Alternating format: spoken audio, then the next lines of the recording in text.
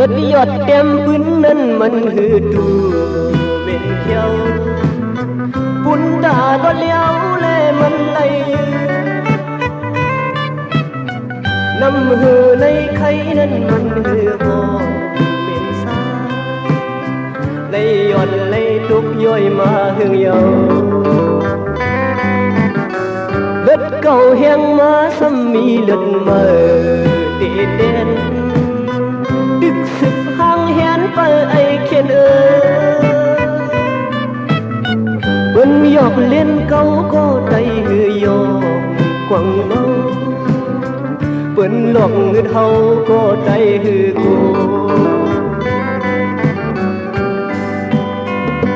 khen câu lấy phút giòn cứ đấy cô đi khá câu lấy hát giòn bước tay cô đi đá câu lấy lưu giòn tay hâu cô giờ sai sai cô lấy khát cột tay cô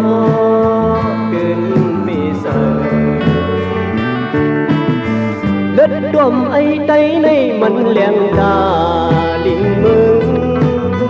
say kiện ấy tay này mình khen ơi điên tuột lê bố hai tay để tổ để đen liền khung bài tay lê bố cô đài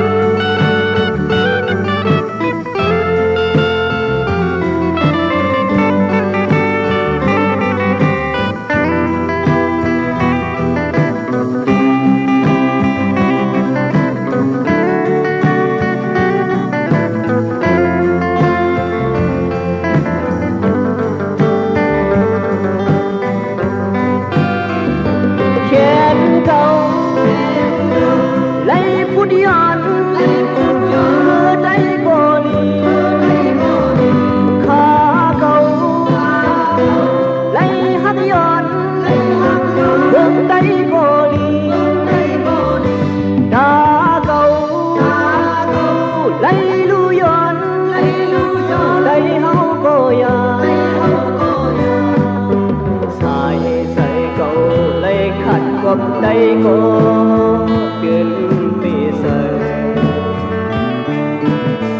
đất đom ấy tay này mình lẹng đà đình mừng say kiện ấy tay này mình khen ơi điên tuột lê phố hai tay